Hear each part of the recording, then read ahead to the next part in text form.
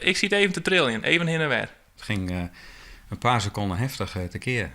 Samen 2 Friezen die het justerjoen om 9 uur hinnen de beving vernamen.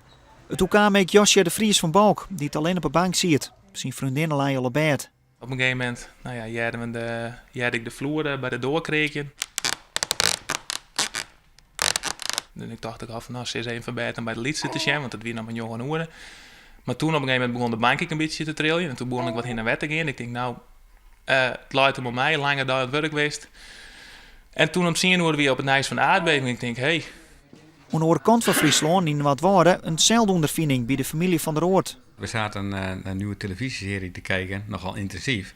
En plotseling begon het wat te schokken. En de bank waar we nu op zitten, die ging heen en weer. En ik ben nogal gevoelig voor allerlei draaiende dingen op de kermis en zo. Dus ik had een beetje datzelfde weeige gevoel in de buik van... hé, wat schudt dit, wat beweegt dit? En mijn vrouw zat daarnaast in de stoel en die dacht dat de stoel naar beneden klapte. Van der Oort, die trouwens ook die aardbeving van 1992 thuisvielde... jij de voortdaliks bij Bolje had zie de schokken vernaam hier. Maar dat wie vreemd nog net zo. Ja, dan krijg je een beetje een onheimisch gevoel van... als er blijkbaar niks is van een aardbeving of zoiets... en niemand heeft wat gemerkt, dan denk je van ja, wat is er aan de hand? En de hond die nou ook in de mand ligt, die sloeg ook niet aan. En 20 jaar geleden hebben we ook een soort aardbeving gehad in Noordwolde. En toen lagen we 's nachts in het bed te schudden. En toen trilde ook alles. Maar we hadden nu bijvoorbeeld de kopjes op tafel staan.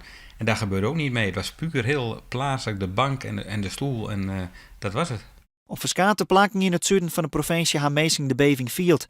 Bij het KNMI in de beeld kwamen duizenden meldings binnen uit heel Nederland wij. In 1992 hebben we de aardbeving gehad bij Roermond. Die was 5,8 op de schaal van Richter en die is gevoeld tot in Engeland en in Tsjechië.